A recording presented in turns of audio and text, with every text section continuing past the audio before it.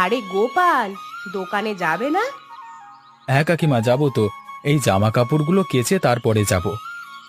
আহারে, ছেলেটার কত কষ্ট, সব কিছু একলা একলা করতে হয়। কি আর করব কাকিমা, মা তো গত হয়েছে 10 বছর হলো। বাবার বয়স হয়েছে, এখন কাজ টাজ করতে পারেন না, তাই এখন আমাকেই সব কাজ করতে হয়।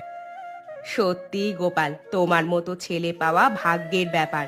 অনেক ভাগ্য করলে তবেই তোমার মতো ছেলে পাওয়া যাবে। এখনকার দিনে সকলে নিজেরটাই বোঝে, আর তুমি এখনো সবার সব কাজ করে দাও।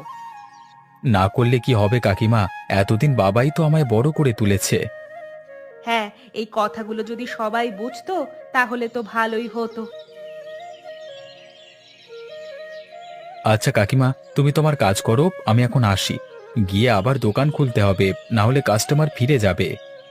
হ্যাঁ, যাও তুমি। আর কিছু প্রয়োজন হলে আমায় জানিও, আমি সাহায্য করব।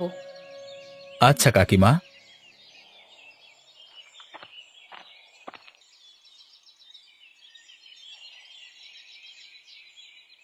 ওই রে মা, কোথায় গেলি? খাবারটা দিয়ে যা, জমিতে যেতে হবে তো, অনেক কাজ আছে। এই তো বাবা, হয়ে গেছে, এক্ষুনি যাচ্ছি। একটু বসো তুমি। একটু তাড়াতাড়ি কর মা।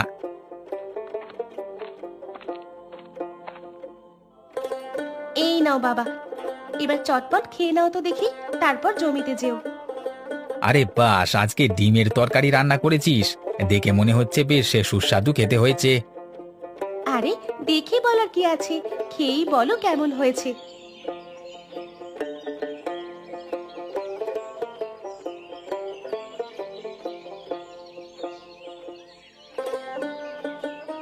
বাহ, খাবারের কি স্বাদ! মা, তোর হাতে জাদু আছে। হ্যাঁ, তুই যে বাড়িতে যাবি তাদেরও খুব সুখে রাখবি, তারাও ভাগ্যবান যে তোর হাতে রান্না খেতে পাবে। বাবা, এখন আবার বিয়ের কথা কেন বলো? আরে পাগলি মেয়ে আমার, তোর তো বিয়ের বয়স হয়েই গেছে, আমারও বয়স হচ্ছে। এবার তোর জন্য একটা ভালো পাত্র দেখে বিয়ে দিয়ে দেব, আমি নিশ্চিন্ত হব তাহলে। বাবা, আর কিছুদিন পরে হলে হতো না? দেখ মা, আমারও বয়স হচ্ছে, কবে কখন কি হবে বলতে পারবো না। তাই এখন যদি ভালো পাত্র পাই বিয়েটা দিয়ে দেবো ভাবছি। তুই আর আপত্তি করিস নে, তোর বাবা তোর জন্য ভালো পাত্রই দেখবে। আচ্ছা বাবা, তুমি যেটা ভালো বুঝবে সেটা করো, আমার কোনো আপত্তি নেই। আচ্ছা ঠিক আছে, আমি এখন উঠলাম, জমিতে যাচ্ছি। আচ্ছা আচ্ছা বাবা, তুমি যাও, সাবধানে কাজকর্ম করো।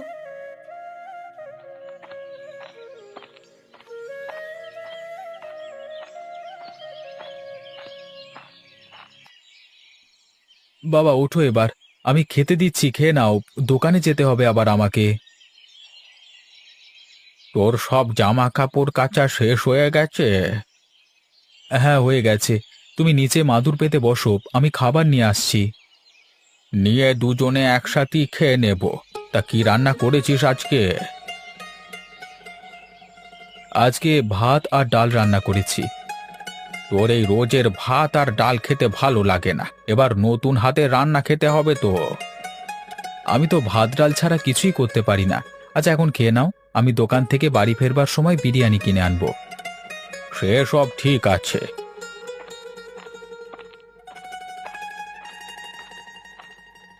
এই নাও বাবা তোমার খাবার, আমরা একসাথেই খেতে বসে পড়ি কেমন?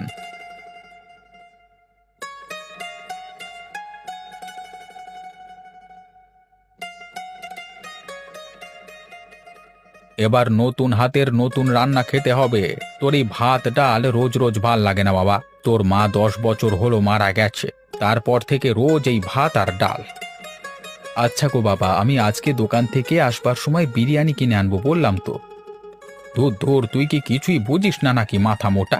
আমি তোকে বিয়ে করবার কথা বলছি, বাড়িতে বৌমা নিয়ে আয়, সে রান্না করবে সব কিছু।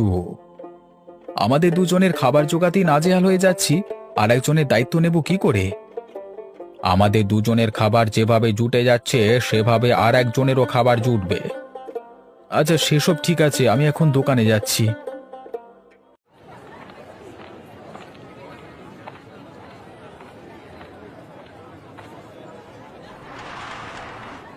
কি গো, আজকে দোকান খুলতে এত দেরি হলো কেন? সে সকাল থেকে বসে আছি। বাড়িতে একটু কাজ ছিল তাই দেরি হয়ে গেল। আপনি বলুন আপনার কি দরকার? আমার মাপের একটা জামা তৈরি করে দিতে হবে। কত দাম পড়বে? আগে আপনি বলুন, আপনি কিরকম ধরনের জামা তৈরি করাতে চান? হাফ হাতা জামা নাকি ফুল হাতা জামা? আপনি আমাকে হাফ হাতা জামাই তৈরি করে দেবেন। দেখি আপনার মাপটা নিয়ে নি। আপনার জামাটি কবে লাগবে? আপনি আমাকে কালকে দেবেন, আমি আপনাকে টাকা দিয়ে দেব। আচ্ছা, এবার বলুন আপনাকে কত টাকা দিতে হবে? আপনি যদি ভালো কাপড়ের জামা তৈরি করেন তাহলে একটু বেশি পড়বে। বেশি বলতে কত টাকা পড়বে সেটা বলুন। দূর বাবা, ভালো কাপড়ে তৈরি করাতে গেলে আপনার পড়বে মোটামুটি 500 টাকা, আর এমনি সাধারণ কাপড়ে 400 টাকা পড়বে। আপনি আমাকে ভালো কাপড়ই করে দেবেন, আর অগ্রিম টাকা দিয়ে যেতে হবে নাকি? না না, সেসব কিছু লাগবে না। আগামীকাল সকালে এসে আপনি জামাটি নিয়ে যাবেন। আচ্ছা, ঠিক আছে।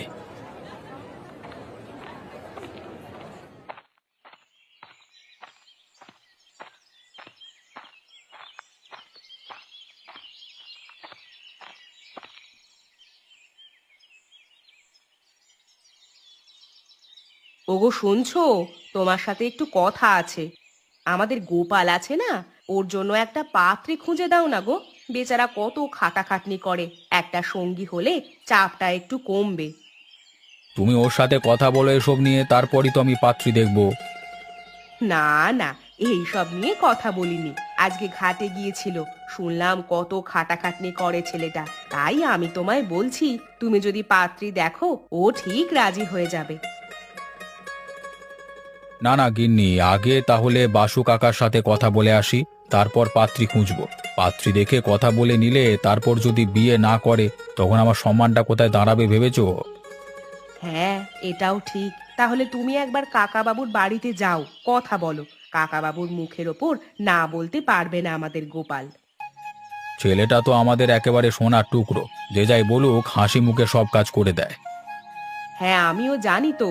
ওই জন্যই বলছি, একটা ভালো পাত্রী দেখো।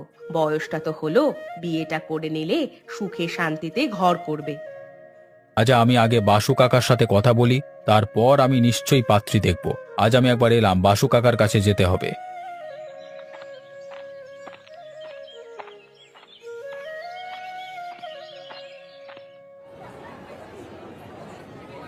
ব্যাস, আজকের মতো কাজ শেষ। দুপুর হয়ে গেছে, যাই বাড়ি যাই। আমার বিরিয়ানির দোকানে ঢুকতে হবে আবার।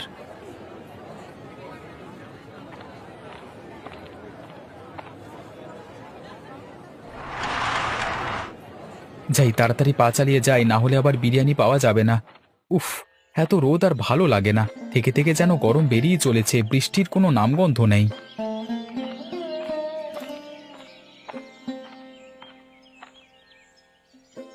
মইদুর চাচা, আমাকে 2 প্লেট বিরিয়ানি দেবেন তো। প্যাকিং করে দেবেন, বাড়িতে নিয়ে যাব। আরে গোপাল, অনেকদিন পর আমার দোকানে যে। আগে তো প্রায় আসতে বিরিয়ানি খেতে, এখন কি হলো? এখন কাজকর্ম সেরকম আর নেই, হাতে টাকা পয়সাও সেরকম নেই, তাই জন্যই আর কি। আচ্ছা, আজকে আমাকে 2 প্লেট বিরিয়ানি দিও কেমন? 2 প্লেট পুরোপুরি তো হচ্ছে না, 2 প্লেটের একটু কম হবে। তোমাকে আমি ওটাই দিয়ে দিচ্ছি। হ্যাঁ, তোমাদের একটু কম করে নেব। আচ্ছা, ওটাই দিয়ে দাও প্যাকিং করে। আর কত টাকা হচ্ছে আমাকে বলো। এই নাও, আগেই তো বললাম, এই 1 প্লেট হয়েছে 50 টাকা, আর তোমার 2 প্লেটের কম নিচ্ছি। হ্যাঁ, তুমি আমাকে 80 টাকা দাও, ঠিক আছে? এই নাও চাচা, ধরো তোমার টাকা। আবার এসো কিন্তু। হ্যাঁ, নিশ্চয়ই আসবো।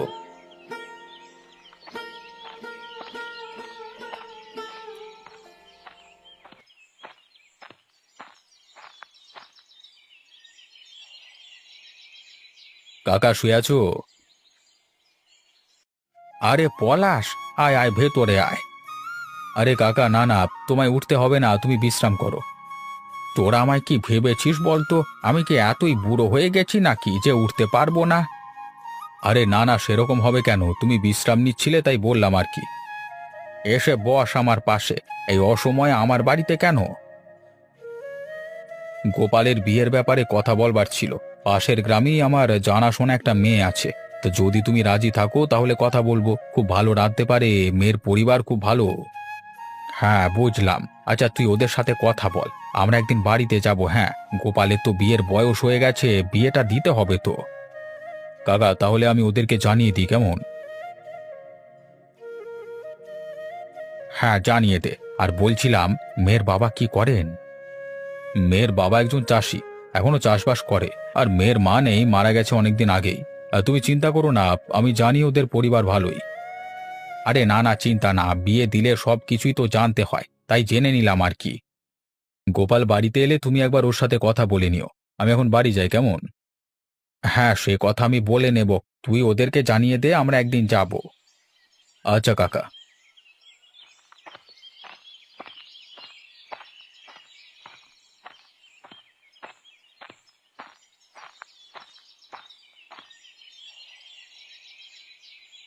বাবা, আমি এসে গেছি। আর এই দেখো, তোমার জন্য বিরিয়ানি নিয়ে এসেছি। বলেছিলে না অন্য কিছু খাবো? আচ্ছা, ওসব ছাড়, তুই আগে আমার কাছে আয়, আমার পাশে এসে বস। তোর সাথে জরুরি কিছু কথাবার্তা আছে। বাবা, কিছু হয়েছে নাকি? তুমি এত গম্ভীর হয়ে আছো কেন? পলাশ কাকা তোর জন্য একটা মেয়ে দেখেছে, পাশের গ্রামে বাড়ি।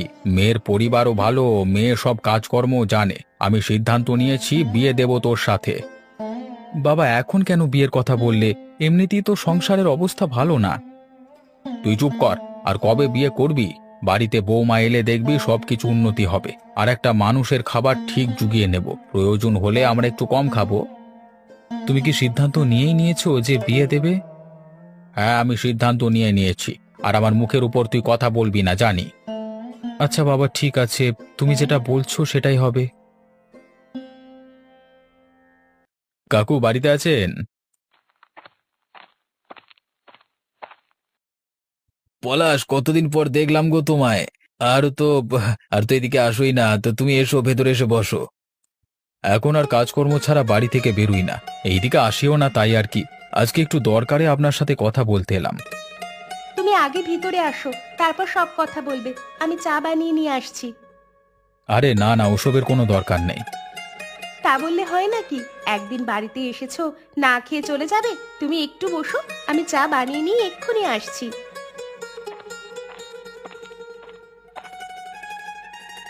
আচ্ছা পলাশ, কি বলবে বলছিলে? হ্যাঁ কাকু, বলছিলাম, আমার বাড়ির পাশে একটা ছেলে আছে, খুব ভালো ছেলে। বাজারে দোকান আছে নিজের, পেশায় দর্জি। বলছিলাম, আপনার মেয়ে তো বড় হয়ে গেছে, যদি বিয়ে দেন।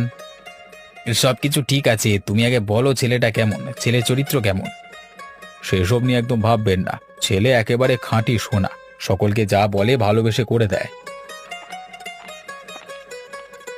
এই নাও ধরো, চা খাও। বাহ বাহ বাহ, এরকম পাত্রই তো আমি খুঁজছিলাম। মিতামা, তোর জন্য ভালো পাত্র পেয়েছি। এবার ভালো দিন দেখে বিয়ে দিয়ে দেব। বাবা, তুমি যেটা ভালো বুঝবে সেটাই করো, আমার কোনো আপত্তি নেই। তাহলে কাকু, পাকা কথা হয়ে গেল। এখন শুধু বিয়ের প্রস্তুতি। ঠিক আছে, আমি এখন আসি। কাকাবাবু দেখুন, দুজনকে কত সুন্দর মানিয়েছে, একেবারে রাজ জোটক। বেশ ভালো বললি তো। খুব সুন্দর মানিয়েছে ওদের। আর হ্যাঁ, সকলকে বলছি মহিদুল চাচার বিরিয়ানি আছে, সকলে খেয়ে যাবেন, কেমন? পলাশ, আজকে বেশ ভালোই লাগছে। আমাদের গোপালের বিয়ে হচ্ছে, তাতে আমি বিরিয়ানি রান্না করছি। বাসুবাবু, আপনার কাছে একটাই অনুরোধ, আমার মেয়েকে একটু সামলে রাখবেন সকলে মিলে। ও সব কাজ জানে, সব কাজ করে দেবে, এদিক থেকে কোনো চিন্তা আপনাদের নেই। আপনি একদম চিন্তা করবেন না, আমরা সবাই আছি। যা দরকার হবে আমায় বলবে, গোপালও আছে। জামাই বাবা জীবনের তো কোনো তুলনা হয় না, একেবারে মাটির মানুষ। নরেশ বাবু, এসব বললে হবে না, মাঝে মাঝে কিন্তু তোমাদের এ বাড়িতে আসতে হবে। দুজনে মিলে জমি আড্ডা দেব। জি জি, নিশ্চয়ই আসবো। আমার মেয়ের সাথে দেখা করব, আপনাদের সাথে আড্ডা, হাসি তামাশা সব কিছু করব। দেখলে তো কাকা, কত ভালো পরিবার।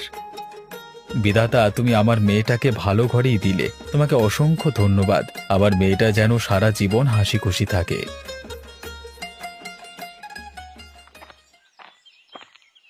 একটু দাঁড়াও, তোমার সাথে কিছু কথা আছে। হ্যাঁ, কি বলবে বলো না, দাঁড়িয়ে আছি তো। বলছিলাম, তোমার দোকান কেমন চলছে গো? রোজ আর কেমন কাস্টমার হচ্ছে? কেন গো, কি হলো আবার? আরে না না, বলো না তুমি, কেমন কি হচ্ছে? কোনো কোনো দিন একটা কাস্টমার হলো, আবার কোনো দিন দুইয়ের বেশি হয়, এরকম। আচ্ছা, তোমায় আমি একটা বুদ্ধি দিচ্ছি, এতে কাস্টমার আরো বেড়ে যাবে। হ্যাঁ বলো না, কারোর প্রস্তাব শুনতে তো আর কোনো টাকা লাগে না। আমি মেয়েদের জামা তৈরির কাজ জানি, শাড়ির সাথে ব্লাউজ তৈরি সব কিছু জানি। তুমি যদি অনুমতি দাও তাহলে আমি এই কাজটা শুরু করতে পারি। তুমি সঠিক কাজ জানো তো? হ্যাঁ, আমি সঠিক কাজ জানি। আমি আগে নিজের জামা তৈরি করতাম। আচ্ছা ঠিক আছে, আমি তাহলে দোকানে একটা বোর্ড লাগিয়ে দেব, এখানে মেয়েদের কাপড় তৈরি হয়। দেখা যাক, যদি আরো দুটো কাস্টমার বেশি হয়। হবে হবে, আরো কাস্টমার বেশি হবে। ছেলেদের থেকে মেয়েরা বেশি জামা কাপড় তৈরি করায়, বেশি রোজ করাই হবে। আমি তোমাকে কোনো সাহায্য করতে পারবো না, আগেই বলে দিচ্ছি, কারণ ওসব কিছু বানাতে আমি জানি না। আচ্ছা ঠিক আছে ঠিক আছে, তোমায় কিছু করতে হবে না, আমি সবকিছু করে নেব। আচ্ছা, আমি তাহলে আজকেই দোকানে একটা বোর্ড ঝুলিয়ে দিচ্ছি, তারপর দেখা যাক। আমি এখন দোকানে যাচ্ছি। হ্যাঁ, সাবধানে যেও।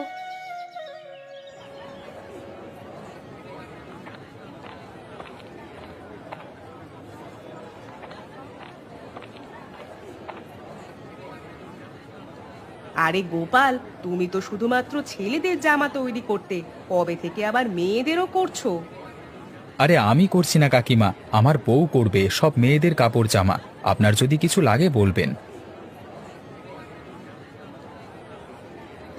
বাবা, বৌমা এবার সেলাইয়ের কাজ জানে? এ তো সর্বগুণ সম্পন্না নারী। যেটা বলবে তোমরা। তোমার কিছু লাগবে নাকি? বৌমা তৈরি করেছে?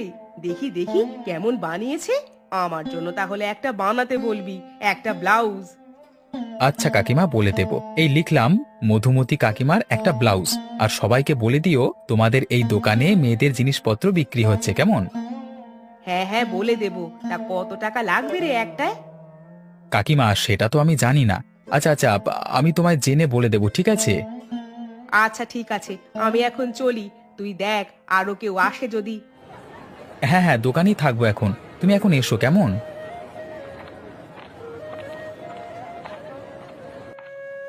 এই তো, বইয়ের উপায় কাজে দিচ্ছে। আস্তে আস্তে আরো অর্ডার আসবে, আর্থিক উন্নতি ঘটবে আমাদেরই। মাঝে মাঝে মেয়েদের কথা শুনেও ভালো হয়।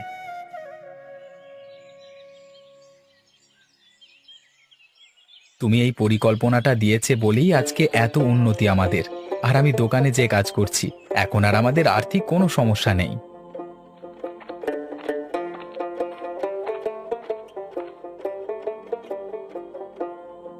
একদম ঠিক কথা বলেছিস তুই। আমাদের বাড়িতে নতুন বউ আসতেই কত উন্নতি। আরে বাবা, না না, ওই রকম কিছু না। আমি কাজ জানি বলেই বলেছিলাম ওকে। সত্যি কথা এটাই, আমাদের বাড়িতে তুমি আসাতে আমাদের কপাল খুলে গেছে। আচ্ছা বাবা, আপনি দিয়ে আসুন, আমি কাজ শেষ করে খেতে দিচ্ছি। হ্যাঁ বাবা, আমরা দুজনে মিলে কাজ করিনি, বেশিক্ষণ লাগবে না। তুমি গিয়ে একটু বিশ্রাম করো, শরীরটা তো তোমার ভালো না। আচ্ছা বাবা, তোরা সব কাজ কর, আমি ওখানে যাচ্ছি। এখন তো আমার থেকে তোমার কাজ বেশি। আমি দিনে একটা জামা তৈরি করলে